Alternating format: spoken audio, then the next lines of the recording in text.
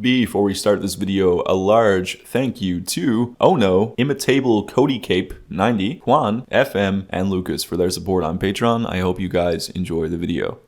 And, as always, an immense thank you to Halo Burner and Ryan Bellin for their immense support to the channel this month on Patreon.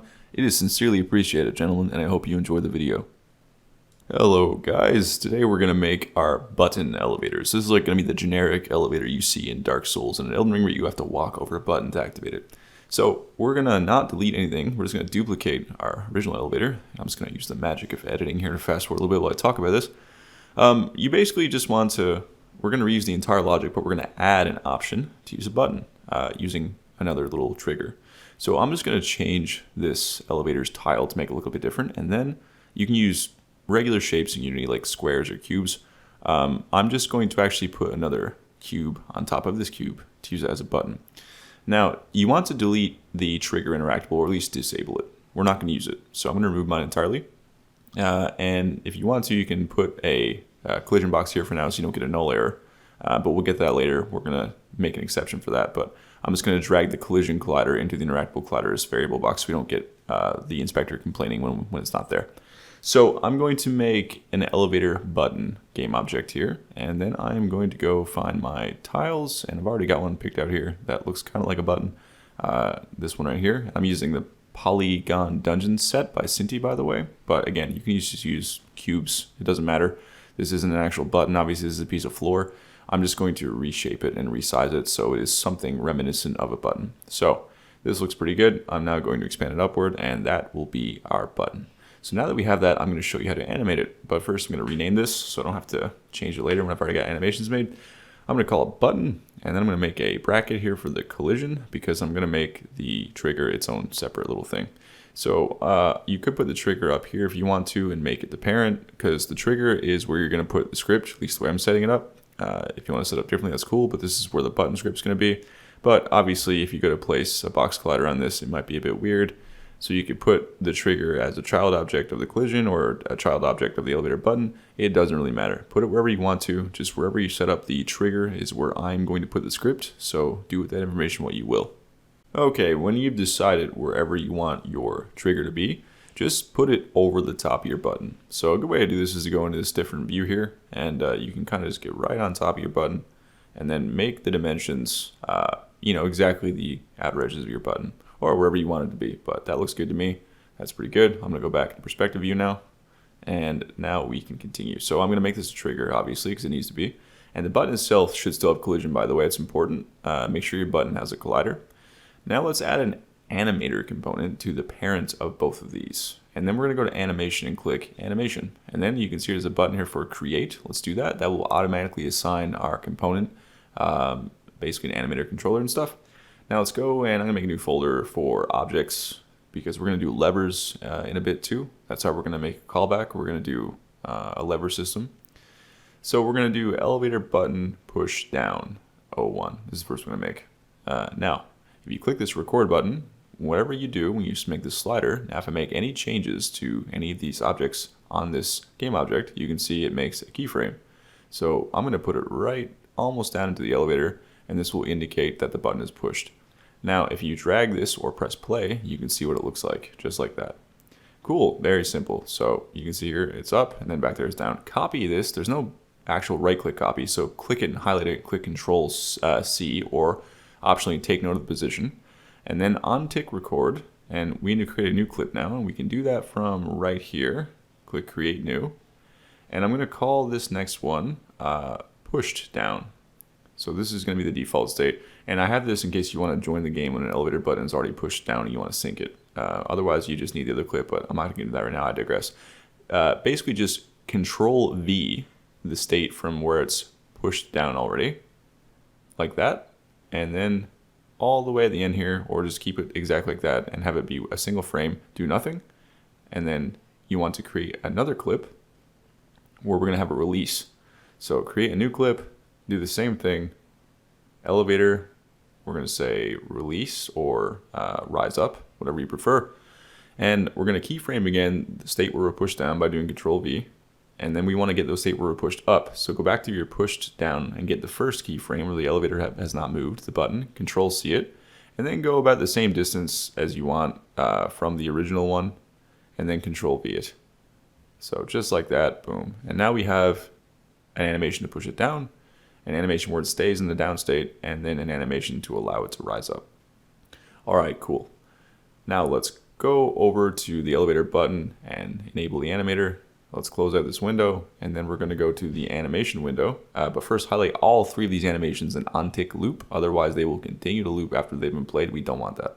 So now if you go to your animator, let's create an empty state, right-click it, set as default layer, and we're going to make this and name it empty. And now we can do some magic. So this is going to be off the cuff, guys. I actually don't have this set up in Nephilim right now, but I do remember how to do it from a project before that I did, just for fun. So I might have to change one or two things in the end, but I'm pretty confident I remember everything about this. So I say this because usually all my stuff is planned out ahead of time, so I save you guys time and me time, but that's not realistic because when you're actually developing things, there oftentimes is a lot of changes, lots. So I'm going to make a bool for can release on the elevator animator, and I'm going to make an arrow here from push down to rise up. We're going to set the exit time to 1 and transition duration to 0 seconds on both these animation transitions because we don't need to blend, these perfectly sync in one another, and it's only going to rise up if has been released is equal to true. So let's add a new script to the elevator button. So in case you don't recall, the elevator is going from push down to the stay push down state, and it's only leaving the stay push down to rise up state if we can release it.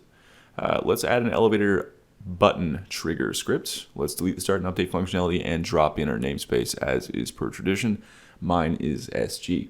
So I'm going to go up here now and I'm going to call upon our on-trigger enter and on-trigger exit calls, and we're going to yoink something from our other script because it's almost identical. Is it on elevator interactable? No, sorry. The first one we should go to is the on-enter elevator trigger script. There we go. Copy and paste the on-trigger functionality from here, like so. Go back to our elevator button trigger, paste that in like so. Now we're going to need to make a couple of changes to these. So first let's go and yoink from our elevator interactable script the add and remove to list, because we need to keep a list of people on the button to know who's standing on it still, because if someone's standing on it you can't release the button. So now that we've yoinked these functions, we can remove the elevator call and it will call these in the same script, and now let's rename them to add character to list of characters on elevator button instead of just elevator. Likewise, do the same thing for remove, just add the keyword button. And now we're not going to do, let's just copy this list actually. Let's copy characters on elevator and then we can just rename it, so we have to rename all those variables. Don't know why Unity thinks I'm using nunit.framework and not system.collections, but anyway, I'm not liking the new autofill stuff. Let's say using system.collections. Is it collections.generic for this one? Or I think it's just collections. I think generics for the coroutine. I always forget. All right. No, it's generic for this one. List character manager. Characters in the elevator is equal to new list character manager. And now we are going to rename this variable. So it renames all the ones we've copied and pasted to characters on button in a moment. Let's put a header first and say characters on or standing on button. So again, this is just a list of all the characters that are standing on your button to know when you can release it. Let's make a header as well for the animator or animation, and we're going to call the animator component. You can get on awake, or you can go ahead and put it as a serializable field. Also make 2 serializable fields, one for your string press button animation and one for your string release button animation. As I'm saying this, I'm realizing we're not going to need that bool on the animator, so I'm going to delete it in a moment. It's okay though. This will be easier if we do it this way. So private, actually I'm going to make it serializable because I just want to drag it in. We're going to say animator, animator. Okay, it looks good. I'm going to put it on top. There we go. All right, let's make a header for my elevator variable itself, the interactable, because we can reference that and activate the elevator. So we're going to say elevator interactable is elevator. Saying the word elevator a lot in the last couple of videos. All right, so pause the video here. When a character enters the trigger button, add them to a list. Now, pause, because you can discern with what I have here, a lot of you, how can you hook this up? You have all the information, pause the video and give it a try. If you get stuck, come back, but pause it right now, give this an honest try, because you have everything in front of you right now that you need. Go give it a try. All right, I am back. So 2, if the list contains more than 0 characters and the elevator, the button isn't pressed, press it, right? Now, if the elevator is not moving, so if the button is pressed and the elevator is not moving, start it. So you got to activate the elevator. And then finally, do not release the button until the elevator is stopped and nobody is standing on the button. So you can't press it again to reactivate it instantly. There's that little bit of delay too we're going to add, just so you can't accidentally walk over it like a millisecond after. All right, so get rid of is riding lift is equal to true from both these calls, these functions that we yoinked, because we don't need that. That's already handled by the enter elevator trigger box we have. And we can rename this finally from characters on elevator to characters on elevator button. There we go. Cool, very good. Now, under add character to list of characters on elevator button, we're just going to do a simple for loop here, and we're going to iterate through these, and we're going to check for null entries, because you can have homies leaving the game and making their reference in this list null if you're playing with networking. So if this is a null reference, we're going to do a remove at I. Cool, excellent. And we're going to copy and paste that on below too after we do a removal. We're going to do it after we do an addition up here though. We're going to say if characters on button.count is greater or equal to 1, I guess I could just say greater than 0. Save myself that one character. And the elevator, we want to check to make sure it's not rising or descending. If you have multiple stops, you've probably created an elevator is moving bool. Just use that instead. Basically, we don't want to mess with the elevator if it's already doing something. So if the elevator is not rising and the elevator is not descending, and there is more than 0 people standing on the button, we want to activate the elevator button. This is a function that does not exist yet. I'm going to call it activate elevator with button actually. Private void activate elevator with button. So what are we doing here? Well, we need a couple of things. Obviously, we're going to activate the elevator if that's possible, but also we need to let the game know that the button is pressed down, and we need to wait for the button to actually come back up. So first we're going to say animator.play press button animation. So we're going to initially press the button down like so. And let's make a private enumerator here, like a coroutine, for waiting for the button to be released. And now we need using systems.collections for that. I know it's collections because the list is generic. We've already used it, so this one must be for the coroutine. Okay, so private enumerator. And then we're going to call this, what are we going to call this? Wait for elevator button release, or wait for elevator button to release. Okay, let's make a variable for this coroutine too, so we can run it more than once. So let's do a private coroutine. We'll call it elevator button coroutine, nice and simple. That looks good.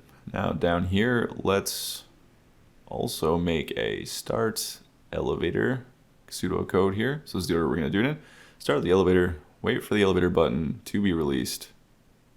So down under here, let's say if elevator button coroutine does not equal null, stop coroutine elevator button coroutine, and then we're going to say elevator button coroutine is equal to start coroutine wait for elevator button release. Why are you giving me grief? Probably because I typed the wrong name entirely. That might be why, Seb. All right, copy and paste this like so. There we go. Looks good. Now in here, first off, the first and foremost thing, while the elevator is rising or descending, and again, if you have multiple stops, you've probably made a bool for is moving. Reference that, but if there's any movement happening at all, you have to wait. So that is the first and foremost important part of it. You can't release the button while the elevator is moving. So we're going to say yield return null, and then we're going to say while the characters on the button count is greater than 0, yield return null. But there's a step in between this. We want a minimum time before the button can even come up at all. So let's make that. Now you could put the minimum time after all characters are off the button if you want. But then you have to do a check for characters in the button again in case someone walks back on top of it. So I'm going to put it in between. We're going to say serializable float, minimum button release time. I'm going to say 2. I feel like 2 seconds is a pretty good time. So this is the minimum amount of time you have to wait before the button will release after the elevator has stopped. And we're going to put that right here. Yield return new wait for seconds. And we'll say minimum elevator release time, just like that. Boom, looks good. All right, cool.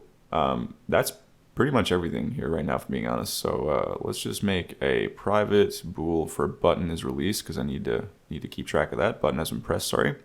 We'll initialize it at false. And we're doing this because we can't press it twice.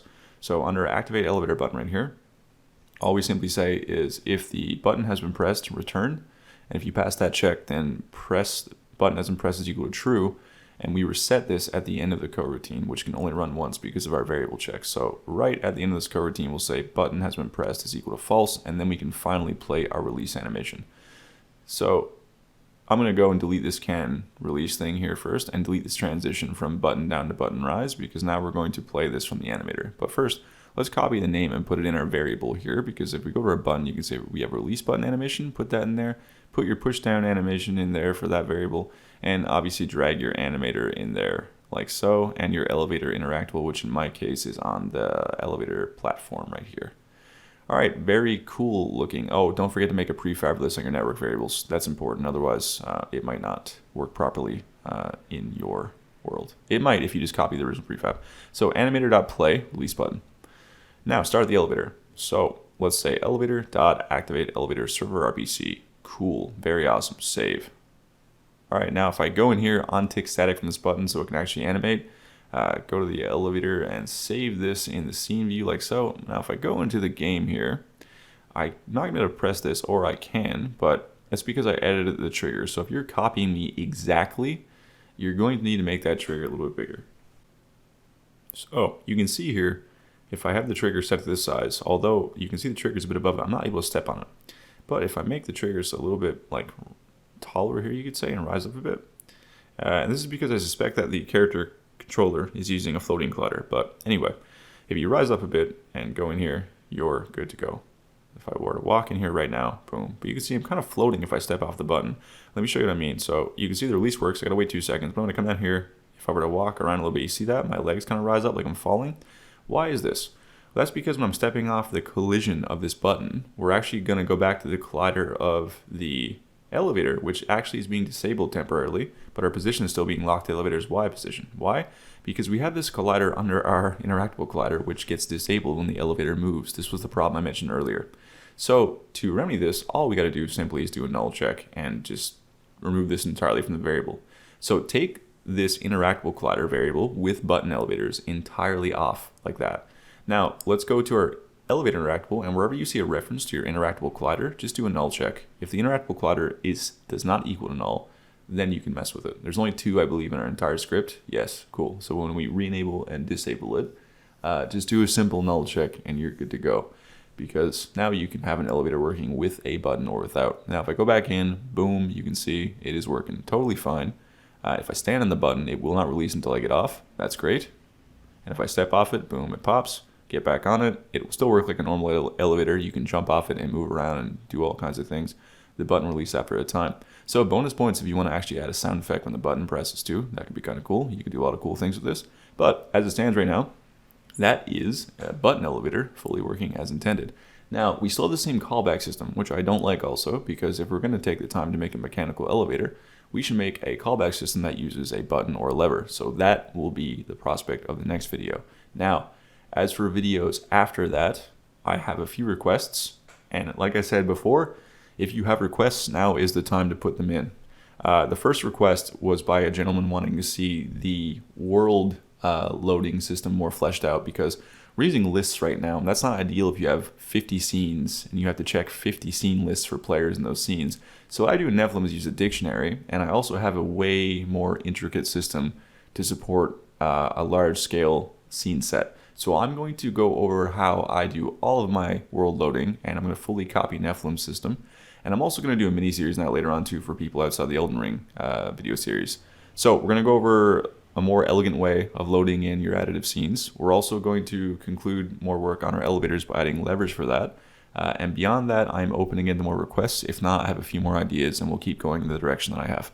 As always, guys, thank you very much for tuning in. A special thank you to my patrons. It is because of you the series can exist at all. Thank you to people who share it via word of mouth, who take the time to like and comment. Again, it's because of you the series is alive and well. I hope you learned something today, and more importantly, I hope you have a very lovely weekend. I'll see you next week.